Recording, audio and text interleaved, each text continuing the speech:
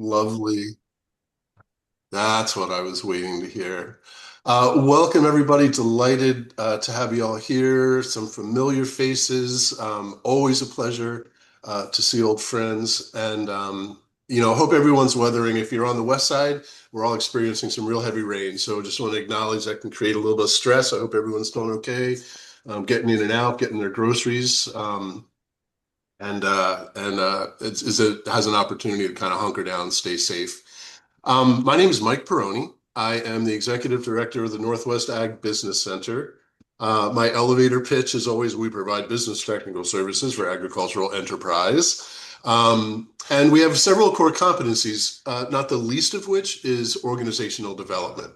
And that's really what we're here to talk about today. I'm very pleased to introduce my friend and colleague from Crossroads Consulting. And you'll pardon me if I'm just a little bit tongue-in-cheek. NABC uses Holly as a consultant for our own organization. I met her when I first onboarded.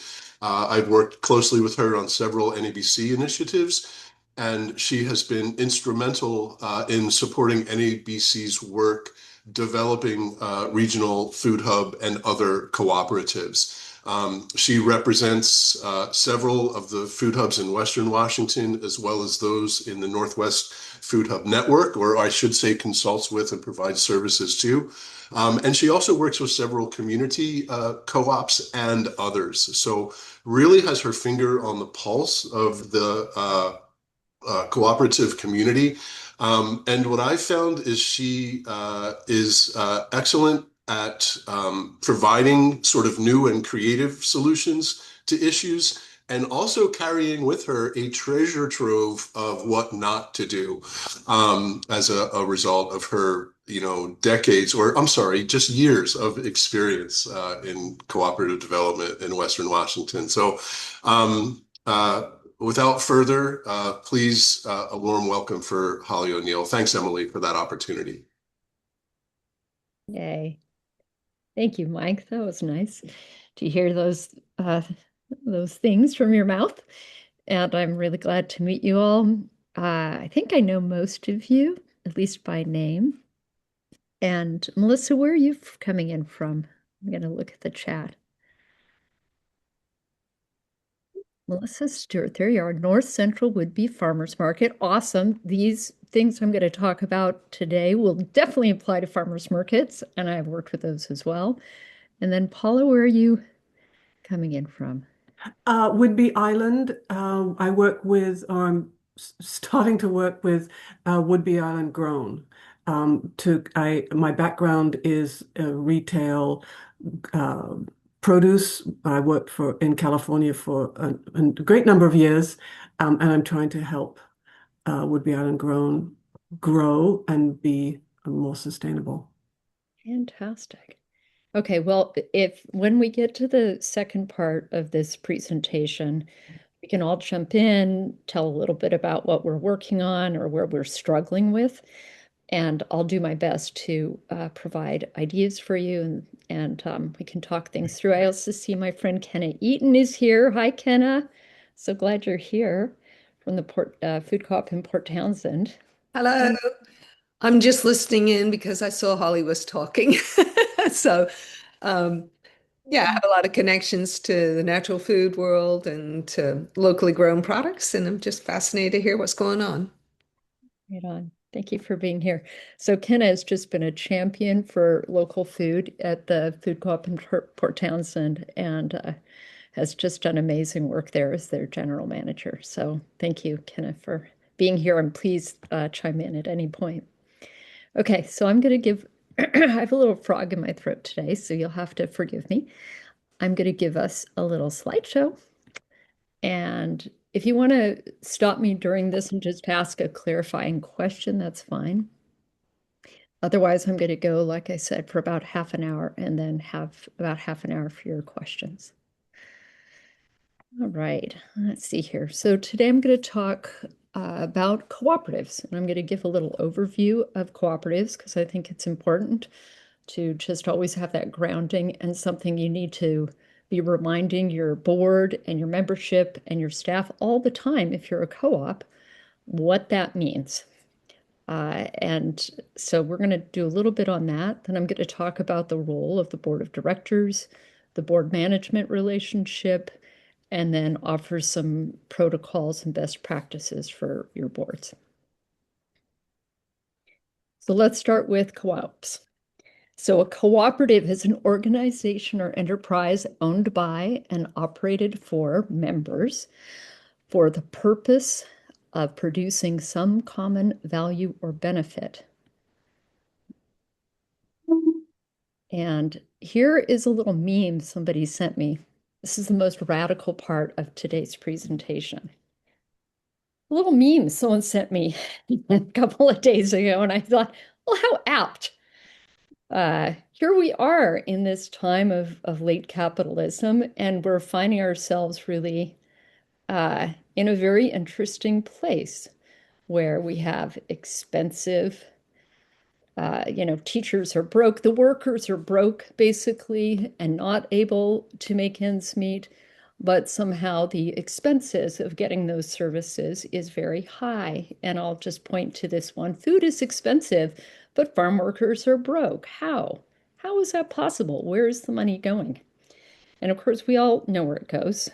It goes to this, shareholders, the people at the top. And that's part of why co-ops were formed, was to be able to basically help people get their needs met and access the things that they needed to be healthy and to survive. So people form co-ops for three basic reasons. Economic power. So when we are at a point where economically things aren't working within a community, we can put our resources together and create the means of production that serve the people who use those. Social change is another reason that people form co-ops, to create a new model to strengthen a community and or a cause. And food co-ops are a great example of that, both because of their history of bringing healthy food to communities, but really being a place. I know people who go to communities and move there just because there's a food co-op there, right? Because they know there will be a culture there of people with shared values who are trying to make the world a better place. And then necessity. So looking for changing the marketplace to meet people's needs for a more acceptable price or quality. And NABC is really involved in a lot of that work, right? Like we're trying to create a marketplace together in our local agriculture that's going to meet the needs of farmers and be able to increase our overall food security as a community. So when you think about co-ops, it's important to remember there's different kinds of co-ops. So consumer co-ops are owned by the people who buy the goods or use the services. Producer co-ops are owned by the people who produce similar types of products. Worker co-ops are people who both work at and own the business, and then hybrid co-ops, which are any combination thereof. So a consumer co-op would be like a food co-op. A producer co-op is a food hub, typically, and different kind, electrical co-ops, all sorts of co-ops are producer co-ops. Worker co-ops just means that the workers who work the co-op own the co-op as well. And then hybrids, like I said, are combo. So all co-ops in concept are aligned with the cooperative principles. And these are really important. And whenever you're giving an orientation, say, to your board, it's important to use these as a touchstone. I have worked with some co-ops who just have this emblazoned on their walls. Like, did you forget what the co-op principles were? No, here they are. Gold lights, everything. So we can see and remember what it is we're doing here. So member economic participation. We buy in, we share the load, we share the love. Voluntary and open membership, we make this accessible. There are limits there, but really it's an open system by which, if you want to be part of this machine of creating goodness for the world, you can join. Education, training, and information. This is really important because co-ops, because it's not the dominant paradigm, if you don't reinforce and tell people what it is to my earlier point, people don't understand it. You have to, it's like a constant diet of reminding people what a co-op is and how we work cooperatively. And to that point, cooperation among cooperatives, this is the reason that we are actually going to survive and why we're going to thrive and why we're going to succeed, I think, in this next generation of our economy, which is that we help each other out. And you know, the ways that the Western Washington Food Hub Network, right? They come together, share information. Puget Sound Food Hub has been just such a generous giver of, hey, we spent a lot of time making these policies here. You know, just their generosity, you know, and co-ops, you know, all the different food co-ops share information with each other so openly. So these are the things that make it possible for us to survive and compete within a capitalist society. Autonomy and independence just means it really is controlled by and owned by the members, not an external force. Concern for community, another core principle that we're trying to give back and make our communities better places, and democratic member control, which is the heart that we have. We're democratically organized, so we elect a board of directors, and they oversee the co-op on our behalf as members. Hey, Matt. Sorry, Matthew. I was on a Zoom call and I needed to turn the voice down. Hi, how are you? Hey, Paula, can you go ahead and mute? Well, I don't think you're talking to me, so I'm going to mute you. Okay, so let's go to a really important concept that is fundamental to understanding how co-ops work. And actually, this same model works well with any kind of nonprofit or coalition, anything where you've got this a sense of a greater good or a membership base who then elect or select a board of directors who work on their behalf to make that organization work.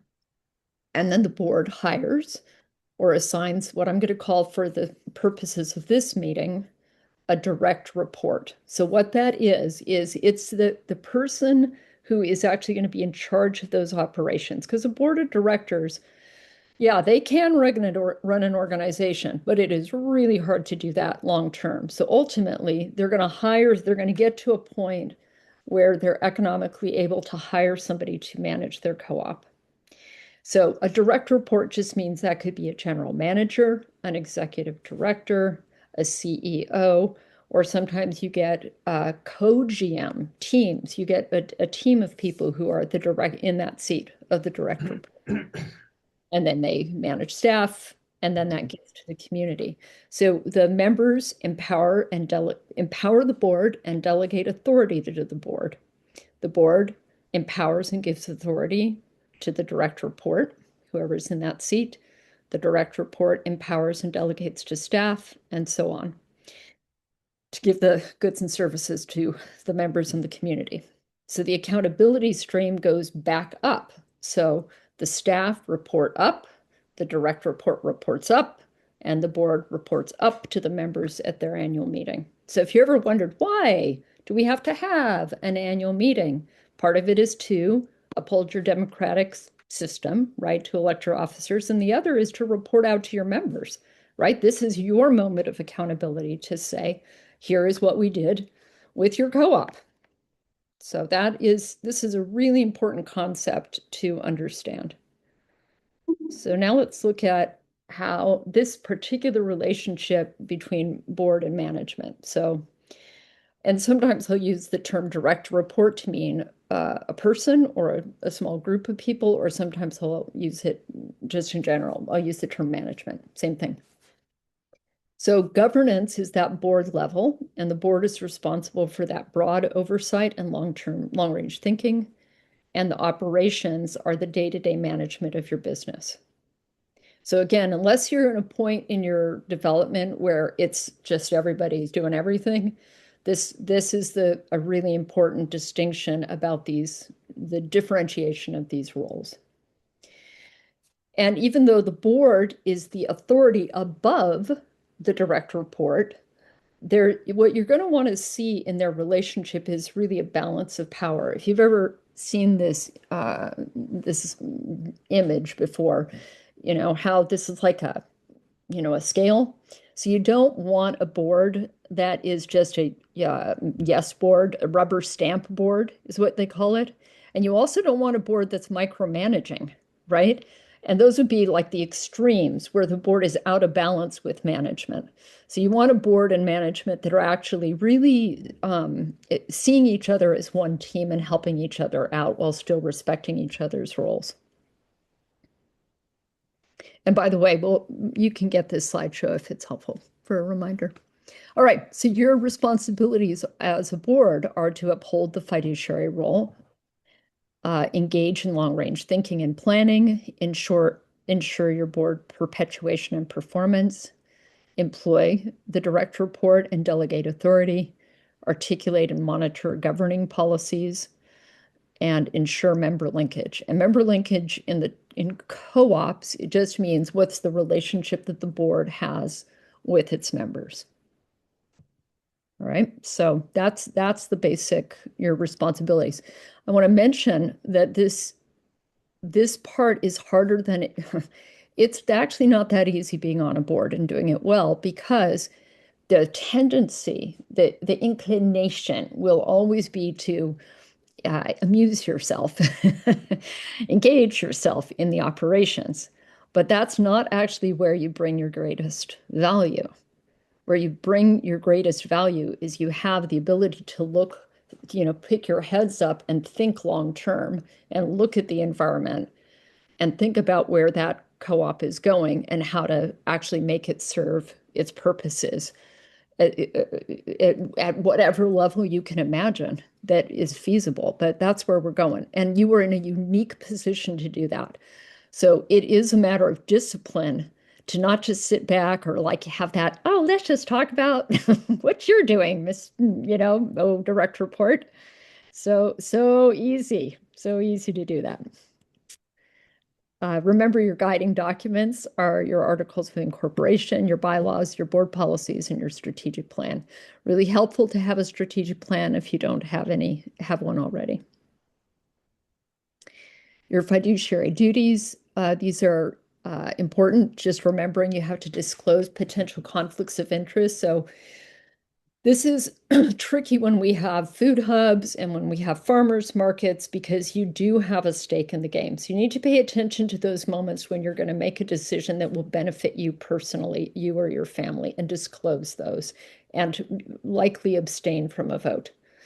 And the duty of care just means that you're paying attention to the bylaws, you're making appropriate delegation, you're clear on your decision making. This means like you have notes, right? And you're upholding confidentiality.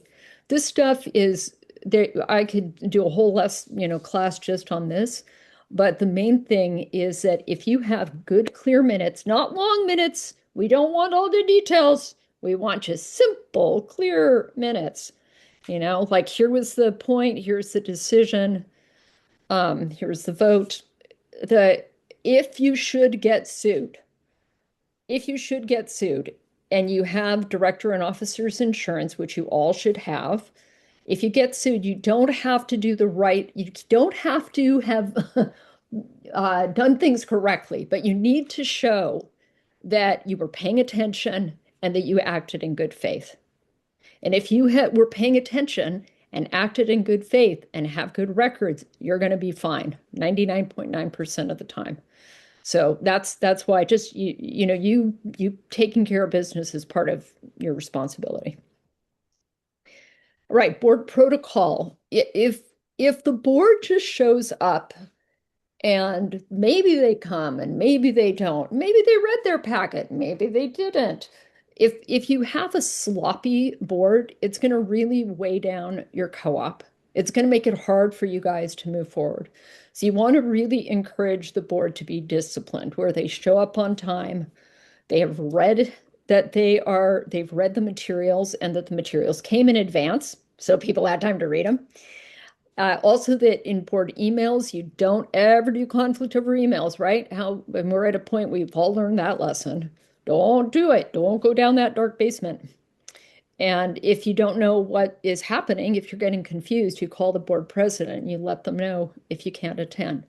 So like when I start a meeting, any meeting that I'm in, facilitating a regular board meeting or participating, we say when we check in, did you read the packet? Did you read the packet? And you will be amazed at how quickly you'll be able to get your board to start showing up prepared if you make them declare at the beginning of the meeting. So really, it really makes a difference. Otherwise, you're going to just waste a ton of time. All right, a couple other really helpful things. I'm going to give you three that I cannot recommend highly enough. So board files, you want to make sure everybody can get the information that is, so everything's transparent and you know where stuff is. So here you've got your board meeting documents, they're all online.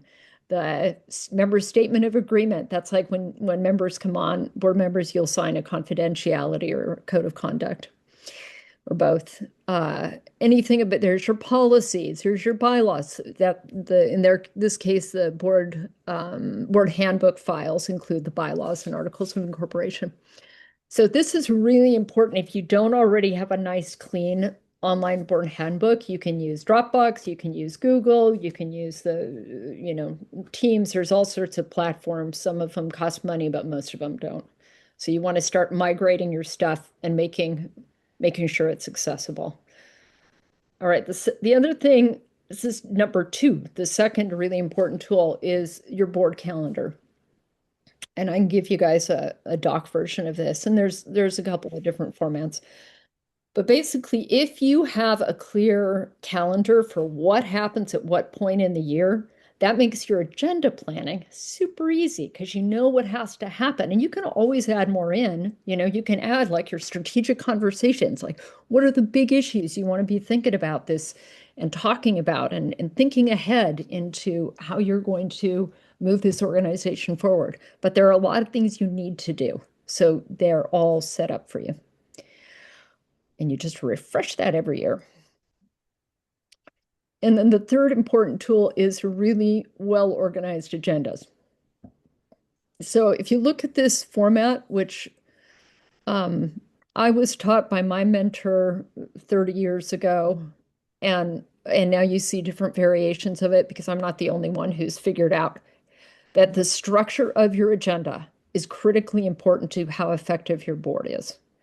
So what you've got here is you have the types of agenda items or what the agenda item is, and then it's type. This is a really useful typing system. So it's either a question, meaning you're not making a decision, you're just gathering information. A proposal is just a general term for we hope to make a decision about this at this meeting, or a report. I'm just giving information. If you can keep the functions clear, it makes your meetings easier to facilitate and the group knows what they're doing and life goes smoother.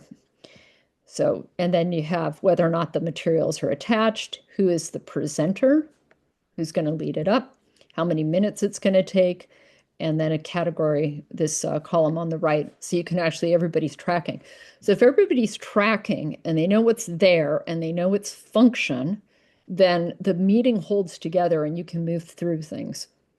We could do a whole lesson just on how to organize meetings, but that's your basic framework.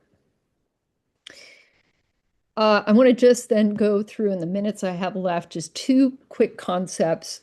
And one first concept is called the one voice principle. So this is these little diagrams were done by a gal online who she's got great material. It's Brown Dog Consulting. So this is from her work, but this is the one voice principle in action. So the board speaks with one voice and they tell the CEO or the direct report, we want cookies. And the direct report says, great, I will get you cookies. And then here it is, the one voice principle not in action. I want chocolate, I want pie, I want cookies. This is very confusing for your direct report. They don't, when you've got different board members who are all like shouting out what they want, it just creates pure chaos. And it also makes it so that you're not really doing your duty, right? Which is clear delegation. What have you delegated? What have you said so that you can hold them accountable? You've lost it right there. So, and then, all of that principle, that one voice principle is at the heart of how you can create a really effective board management team. And where you're clear on your roles and responsibilities, you're delegating clearly.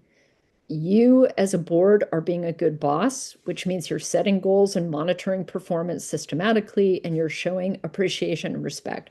It is really hard to manage a co-op. And the people who do it, or a nonprofit, frankly, anybody in that role, it is a really difficult job because you've got the board above you, you've got your staff below, you have a whole community that wants things from you. It's incredibly stressful. And it is sad to me that so often you see them like not feeling loved and respected by their boards. And if you as a board are showing a lot of appreciation and respect for your direct report, it little goes a long way. Like, we all want to be acknowledged for the good work we do, right? Like, of course. So like, hey, I love that. Great report. Awesome. Wow, look what, like, yay. I mean, you want to be a good boss, right? And you want to continually show appreciation and respect, because that's part of the culture then you're creating for your co-op. You're creating that culture of appreciation and respect, and that goes a long way. Recognizing the realities of your organization's capacity. Like, remember I said it's important that you use your time thinking like long-term and where you're going and what is possible, but you're not telling your manager how to do it. And you're saying, here are some possibilities. You're helping be generative. And then you're also being realistic about the capacity of the organization, right? Things take time. Things take time to implement. So if you have a long range goal, it's going to take 3 to 5 years to get there. So, steady as she goes. And then knowing how to deal with emergent issues. So if something happens, like let's say you have a situation with some food safety issue, something goes south. It's really important that you have a plan for what to do if that comes up, and suddenly you see you're going to be sued, or your name's going to be all over the social media or the local media, and that you have a system for what you're going to do if that happens, and deal with it early and deal with it really clearly. And especially in today's world with social media, you just, there's a couple of people here I know who can tell stories about just how things not to do. Things not to do would be, everybody thinks it's a good idea to talk to the press.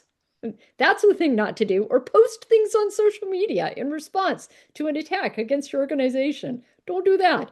So, usually the board chair or your direct report will have the authority, and the rest of you just zip it. Okay, and lastly, do I have time? Ooh, not quite, but 2 minutes. Here we go. So remember, when you are serving on a board, this concept of member linkage. Now, this diagram was created for food co-ops, but the principle is always the same, which is that you have to remember that you represent, as the board, you represent all of the owners, not just what we call the people up here who are the loudest. That you're representing everybody, and that all levels are essential. And you can say, oh, I want, let's say you have 30 members in your food hub, and I want all of them to show up and be equally involved and give voice. It's just, I want you to dissuade you of this illusion. That never is how it works. It always happens in this pyramid, 100% of the time. Any membership organization, it always follows this pattern. So your goal is not to try and somehow get everybody to be active owners. Your goal is nor is your goal to try and shame people to get more involved. That doesn't work. Your goal is just to make it good for whatever level people are at. That is good. And that there's always an invitation, and that invitation is easy to see. If you want to do more, awesome. We'd love it. Eventually, we'd love you to run for the board. Eventually, we'd love you to come to the annual meeting. But if you just if you just participate in the economic health of your co-op, pay your dues on time, we love you too. So important to bear in mind. And then all these different ways you can communicate with your members. So just make sure you're visible to your members. And again, explaining to them, here's what we're doing, here's what's up. You don't need to kill yourself on this, but you need to make sure you do know what your plan is and to pursue it. All right. And that is it. So through self-help, I'm going to read this out loud because it's important. Through self-help and empowerment, reinvesting in their communities, and concern for the well-being of people and the world in which we live, cooperatives nurture a long-term vision for sustainable economic growth, social development, and environmental responsibility. So that's what we're here to do. All right, I'm going to stop share. See some new faces. Thank you all for your listening. So I'll take any comments or questions now. So I'm gonna butt in before we get too many questions and say I'm gonna put an evaluation in the chat, and please fill that out while you're here and have time about the presentation today. That helps us with our reporting and continue to give these great, helpful presentations. But now please ask away.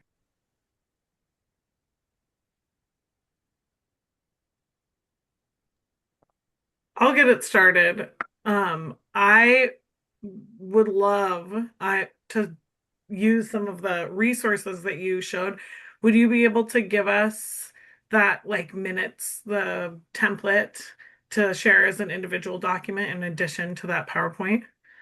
yeah, I can give you the board calendar, the sample board agenda. What was the third one I gave you guys? Oh, the just a sample like table of contents for what a Perfect. That online. file tree type Mhm. thing. Yeah, that's Yeah. perfect. Thank you. Yeah, you bet. Well, what struck you about the presentation? What jumped out at you? If you don't have questions, I'm curious what parts did you find of interest? Holly, I do have a quick question, Yeah, and go. it relates to insurance for board members.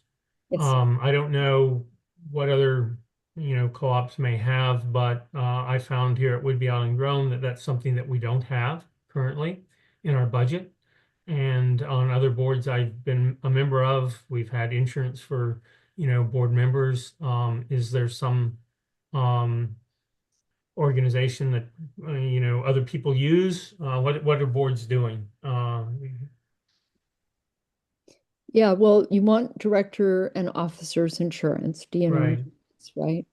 And I'm going to open up to the floor. I know a lot of us in the nonprofit world, so it kind of depends on how you're organized, but a lot of us have used NPIP. What's the nonprofit insurance pool? Has is one provider, but it depends on how you're organized. So who So we're a not-for-profit rather yes. than a nonprofit, but is that And that's it. I think that they will, I mean, double check me on this. It's a great question, but that as long as you're organized that way at the state level, you don't have to be a 501c3. okay? Yeah, to And it's qualify. NPIC? And what is it, Mike? Because you guys use do you use NPIP? We don't, and I would only chime in that I've in helping to develop some of the food hubs, especially, we often will shop with whomever is carrying the liability insurance, and it is most commonly then farmed out to a third party. What I have found, and I'm a little bit of a price shopper, I've found the insurance rates to be pretty consistent. I'd be very happy if you do start looking, if you want to get with me and I can provide some comps with the organizations that I'm aware of, I'd be happy to do that. Or even, John, I could reach out to you. I could probably collect a few names of companies, but In my world, in business development, it comes down to the service part of it. So I always kind of try to go with a known quantity, somebody that a regional agent that is maybe from the community or has some kind of investment in the success of the cooperative, with the idea that if there ever were an issue, we'd get, maybe get some good service there. Mhm. And Well, if you always, have some recommendations to pass along, that would be good. And but we need to look into that. I'll go ahead and send those off to you, John. Thanks. Thanks, yeah. Mike. And John, to Mike's first point, starting with your own insurance carrier who's handling your general liability is a great way to start. Much easier if you can bundle them. Right. Okay. Thanks so much. Great question. So, Catherine, I'm going to answer yours. And hi, good to see you on the call. So, the question in the chat is, how do you help boards to differentiate between creativity and growth and mission creep? And how do you keep the focus on the core mission while still encouraging creative growth? So, it's almost like you can separate those into a couple things. I find that for a lot of when I work with boards, it's nice if you put your mission statement at the top of every agenda. Just have it right there, front and center, as soon as you start off.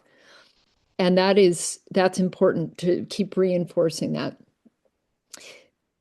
Encouraging creative growth is about understanding, like a SWOT analysis is always a really helpful thing, right? Strengths, weaknesses, opportunities, and threats. But if you just see, if you consider like what are the ways that our co-op can grow in the next year? What would that look like? What would growth look like? And then you allow that kind of creative thinking to occur.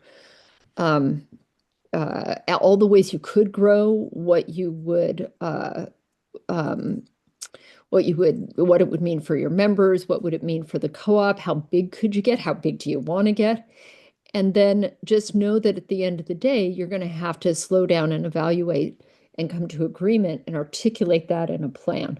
So there's a difference between like all possible worlds of how we could grow and what we could do. Like here's one for food co-ops. I know we could own a farm and a daycare. And then we could own, send a food co-op or besides Kenna, anybody else here from a food co-op? Those boards can really think of a lot of things to do. So you think of all those possible worlds, and then you would have to say, okay, what is actually in our wheelhouse? What do we actually have the ability to do? Right? So there's like all possibilities, and then what's the realistic possibility? And then management comes in and says, that is a realistic possibility. Let me do some feasibility analysis on that, and I'll get back to you about what is actually possible in the next 5 years for us to pull off and to have the capital to pull it off. Yeah. So it's understanding the flow of how, from the ideation, everything is possible to testing and then taking action on what's feasible. Does that answer your question? Yeah, thank you, Holly. Awesome. Great. What else?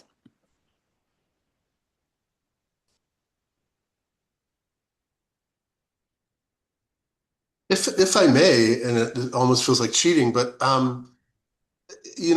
I've had a few conversations today, and this group reminds me these co-ops and any business, of course, they're all at different sort of they have a different trajectory, and they're at different points in their evolution. And there comes a time in most where you find yourself with a little money in the bank, or you find yourself as an organization with some resources. And I'm wondering, like in your assessment, when you've got a little bit of room to breathe, you mentioned earlier, like kind of putting your head up and looking out a little bit. When a fledgling co-op or an establishing co-op gets to a point where it can finally take a breath and look around, is there any one thing or a few things that you think is really important for them to look at in those moments? I mean, I think that co-ops will consistently focus on keeping the lights on at the risk of some of the foundational work for long-term success, both as an organization and as a business. So yeah, what's my question? My question is, What's most important when you get that, when you finally can see, past the next power bill? What's a good thing to do in that moment for these organizations? Well, I think part of it, Mike, I want to answer your question in how you can, I mean, remember that a co-op is set up to serve member needs, right? So what you're wondering first is what do your members need? And you can do that through a survey or, gathering info at the annual meeting. Uh, you know, Catherine's on the Puget Sound Food Hub board, and they do a really good job with their member meetings of always just asking a strategic question of their members and getting input related to what direction to make their business healthier. What do they need as members? How do we improve communications? That getting that feedback on a really regular basis. And I want to just also just point you back to this slide. So this is super critical, is that sometimes boards, and I've seen this in the world of farmers markets way too often, where they don't feel like they are empowered to. This is another version where they don't feel empowered to make a decision, and they say, "Well, we have to check with the members." It's like, no, no, they empowered and delegated you to make decisions. That is your job. Do your job. But that being said, once a year, if you get into that rhythm, once a year, you have your annual meeting, right? You report to your members, here's what we're thinking, and you gather input from your members on what they think are the opportunities for growth, what they think are the next big things. And then if you get good input from your members, you can work that all year long. Well, let's pick up on that idea that our members had. Like, member input is totally precious. It's really valuable. So you get it, it's like you take a nice big gulp and then you say, what were the main themes? And then you can work it till the next season, ideally articulating it in a plan. So does that make sense? Farmers markets. Who was here from the farmers market? I'm trying to remember who's had. Yeah, Melissa. I mean, that is like classic, either micromanaging the manager, classic, or needing to include everyone in their horse, for all things. It's like they're hard. They can be challenging and like totally life affirming. Farmers markets are like lifeblood. So, okay, what else? Did that answer your question, Mike, or did you have other ideas you wanted to throw in? No, that was great. I think that just remembering and the things that you've mentioned about mission creep, I think especially from a nonprofit perspective, and when funding changes, it's like shiny thing. So I love the idea of having that mission up there, and I can say that with my work in the co-ops that have a good culture, it was by, for, and about the membership. They've been very clear with that. So good to hear that reinforced. Nice. And I don't know if you saw Melissa Stewart asked, what are some ways to manage board member burnout? Well, Melissa, do you have a situation where you have a couple board members doing all the work? So one way is to just make sure that you're actually doing the board work and trying to make sure you're not doing all the work of managing, and delegate as much as you can. That's one thing. And I know that takes money, but it's still true.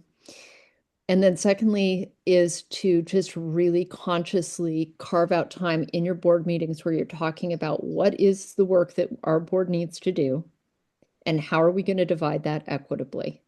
And when people say, oh, I don't have time, it's like, well, we still need to divide this more equitably. So that's one thing, is where you just put it on your board meeting agenda and you come back to it. The other thing is to really manage for how the meeting itself is happening. So if you have 2 or 3 voices who are doing most of the talking, or let's say you have a manager who does all the talking, you're going to have to figure out some strategies, or not even figure it out. They're very classic, to make sure all voices are heard. So if you want to rebalance how people are showing up, they need to be talking most of the time. I mean, they need to participate, right? If they're just, if they, that you get this thing where some people are leaning forward, and like, I'm doing it all. And other people are like, woo, and then they disappear. So just like everything on the agenda, I would run it as a go round. Here's the topic. So let's go around the circle. What's everybody think? Next topic. What's everybody think? And so if I am seeing that imbalance, that's where I would always start is trying to balance the participation in the meetings and then try and figure out the roles and getting people to divvy them up more. Do you want to chime in? Is there other things that you've seen or not work? You need a new idea? I can't hear you if you're talking. I don't see your mute on, but I can't hear your voice. Yeah. Okay. Well, write it in the chat, but I mean, those are some ways you can break that up. Yeah. Okay. What else? Kevin, what do you think? Hey, I loved I loved the question from Melissa about burnout, and of course, it made me think a little bit about term limits on for board members. We've all been on boards where you've had board people there for 20 to 30 years, right? Or you've seen them, like in the certainly in the private sector. Often we see those kind of boards, banks, for instance. You get people who are there for a long time. Holly, I'm curious your perspective on putting term limits on board members. And I will just tell you, I'm asking that from a position of I like having term limits. I think continuity is great, but there are plenty of people out there, and having some change in the board, I think, is always good. So, Holly, what do you think? You've caught me at an interesting time, Kevin, because I just had this talk with a organization. They're organized as a co-op, and they've had really good success with long-term board members. And I'm on a board that has had really good success with long-term board members. We also, in both of these organizations, we don't have a lot of staff. So it's like you have an administrator and then board members just sort of keep the mission focus. And so the advantage of having long-standing board members is you maintain continuity of like what the organization is for. However, I just facilitated another one Saturday, same thing, really good continuity for 40 years. The problem is if you have people who are not themselves, if your leaders, those long-standing people are not part of helping the organization grow, that they don't have a growth mindset, you're going to really struggle. Or they're grumpy pants, and kind of bring it down the fun. That can also happen. And so that's where, one option is that you do, I think a solution is where you say you can serve 2 terms and then you need a year break. So if I think term limits also, for all the reasons you said, it keeps it fresh. It keeps it from this kind of drag down that can happen energetically. And it can also be a real stabilizer. So anyway, that's where I'm currently sitting on the question. Is this like 2 terms, you take a break and then you can run again? Yeah. There's another question from Mary, and it says, how do you lure busy producer members to the annual meeting? We hold hours in the winter because they're farmers and assume they have more time, but attendance is usually fairly sparse. Oh, well, remind me, Emily, there's a really good article called Great Annual Meetings, and it's all about how you get your people out. But Google it. I'll find it for you and send it. But hey, Catherine, Puget Sound has really good success. What do you think is the key to getting people in? Well, I know we've had some different strategies over the years. What's been working well recently is the board has actually divvied up individual outreach to the members, where it's like we all take a chunk of people and we call them and we text them and, just make sure that, that it's not just a mass email that they're breezing past.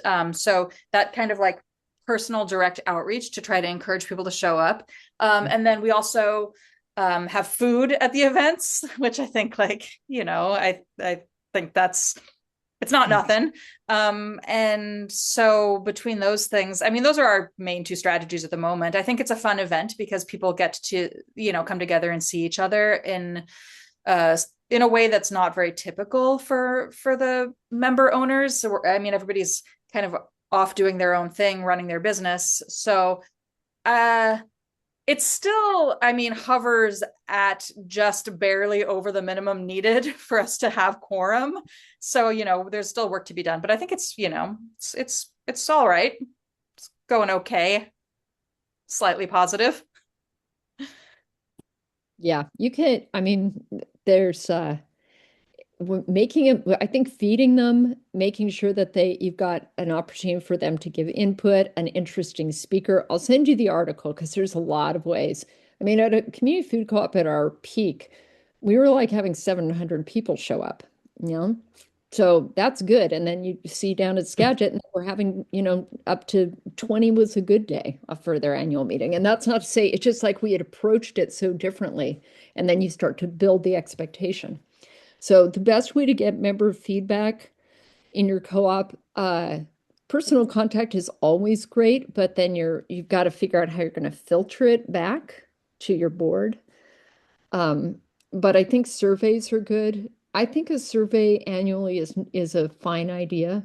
And John, you can, like I was saying, having a question and getting feedback at an annual meeting.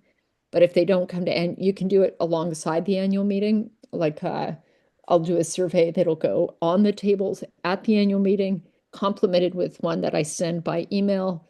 And then I say, for Southwest, this is what we did to get the member input, Southwest Growers Co-op for their food hub, Dave Fenn's co-op. We just gave a prize, you know, do the survey and, you know, enter to win $50.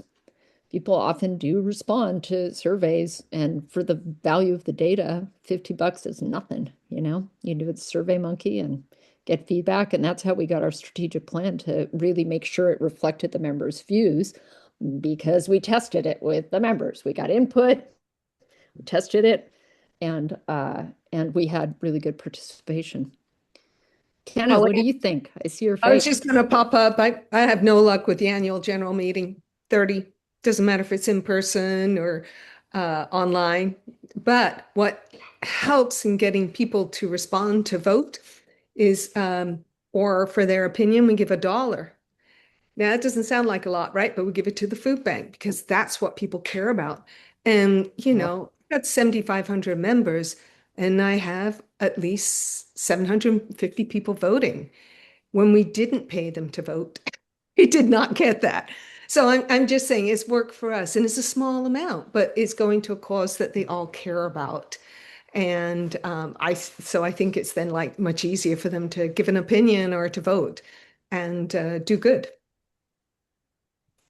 That is a great idea. And it's nice too, because it's not just a buck in your pocket, which doesn't feel very important, but this like links it to your value. That's really, really smart. Anybody else have a technique that they've used that they thought worked well?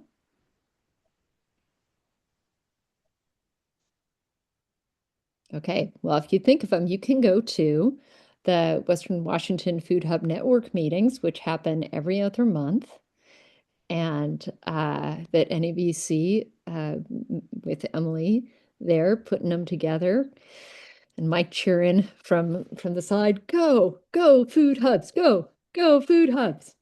So that's a really great way to have conversations about these kinds of things, like how do we improve our member linkage? How do we get more input and connection from our members? Because that's the key, right? To having a really strong co-op is making sure people feel connected as much as possible. Okay, so it's 12:58. I'm going to call on your name, and you can just say anything you want to say about how that you'd like to share. So, John, how was the session for you? Very insightful. Appreciate the presentation you had, and I definitely would like to get copies of your presentation. Yeah, thanks for putting this on. Awesome. Thank you. Maxine? And everybody, if you unmute yourself, this will go faster. I don't know if Maxine can hear me, so I'll go to you, Melissa. Melissa, closing comments? Oh, that's right. We can't hear you. I can see your smiley face, though. Great. Marilyn?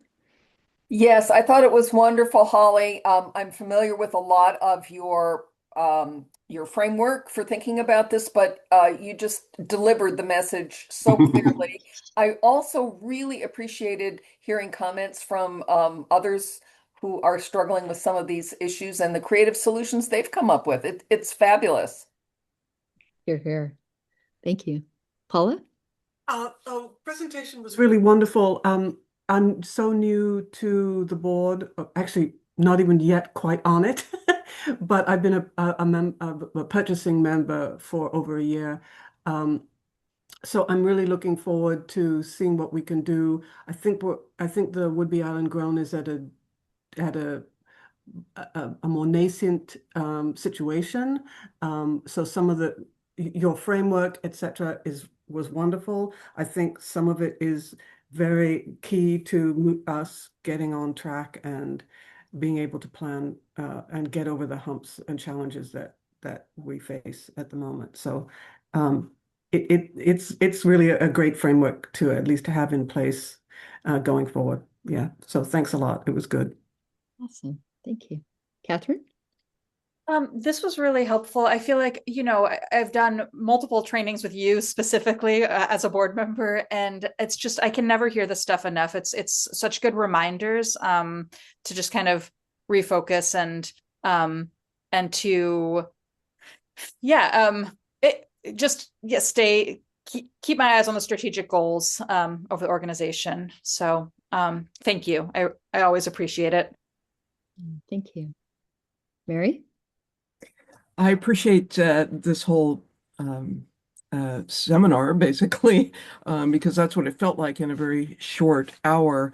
And I do thank you for the invitation through Julia, because I would not have known about it otherwise. And as a board member and now as an officer leading this co-op, it's often challenging. So everything here was very helpful. Thank you. Thank you. Mr. Fenn? Uh, I I always learn something listening to people, different people giving their perspectives, and especially you who's been working on these issues for years. So I took some notes for us to consider. Thank you. Thanks, Dave. Glad you're here. Kenna? Well, thank you, Holly. I've been working with Holly for a long time, and she's really good about bringing it back to basics because that's what it is. And yeah, I've been doing this 40 years. I don't know how many board members I've been through, but that idea, and that's why I'm here, just sort of reappreciating going back to the basics and reminding our boards of what is important and what we're doing and how best to approach it. So I think that framework and then the reminder of why we were just having a conversation about why more people don't attend the annual meeting. And Holly reminded me because that's not what most people want to do. They just want to shop. But if you get 30 people turning up, then that's 30 people you get to talk to and got to be glad they're there, right? So thanks for all the reminders, Holly, and for the framework. Thank you. So glad you're here. Okay, Emily and then Mike, and then we'll close it up. Emily, do you have any thoughts?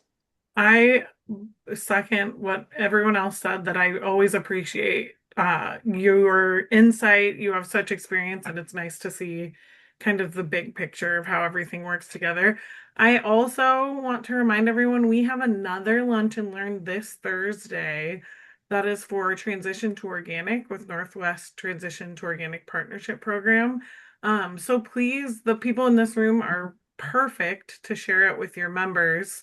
I put a link to our classes and workshops page where you can find the flyer and registration link in the chat. So please, please, please share it with your members, and we will see you there.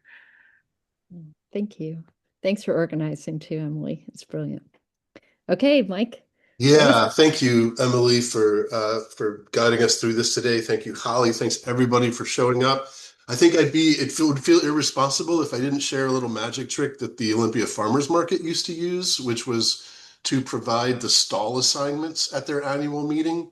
So it doesn't have to necessarily be financial in nature, but if there's any kind of marketing agreements or any sort of like treasured information that you can disseminate at that meeting? I know that that worked well for that organization. And whenever there's more than 3 people in a room right now, I just want to remind us all that we're going to do this together. I don't know if you all read the news or if you're operating a nonprofit or another grant funded organization, but things are a little bit topsy-turvy to say the least. And I'm delighted that we all got together today. Holly, like along with everyone else, you just like reminding us, and you carry the message, which I love, and love tapping into your experience. So thank you all for showing up for this today. Thank you, Holly, and thank you, Emily, for facilitating. Yeah, thank you. And Thank you, Maxime, I everyone. missed you. I'm sorry. Did you have something you wanted to say? No, oh yeah, there's an echo that doesn't work well with the audio, sorry. Okay, I went by you and then I thought, oh no, I missed you. Okay, well, so glad to see your face, my friend, and to see you all. Thank you again. And yeah, we'll be in touch. As Mike said, we're here, we're in this together. Yeah, here, here.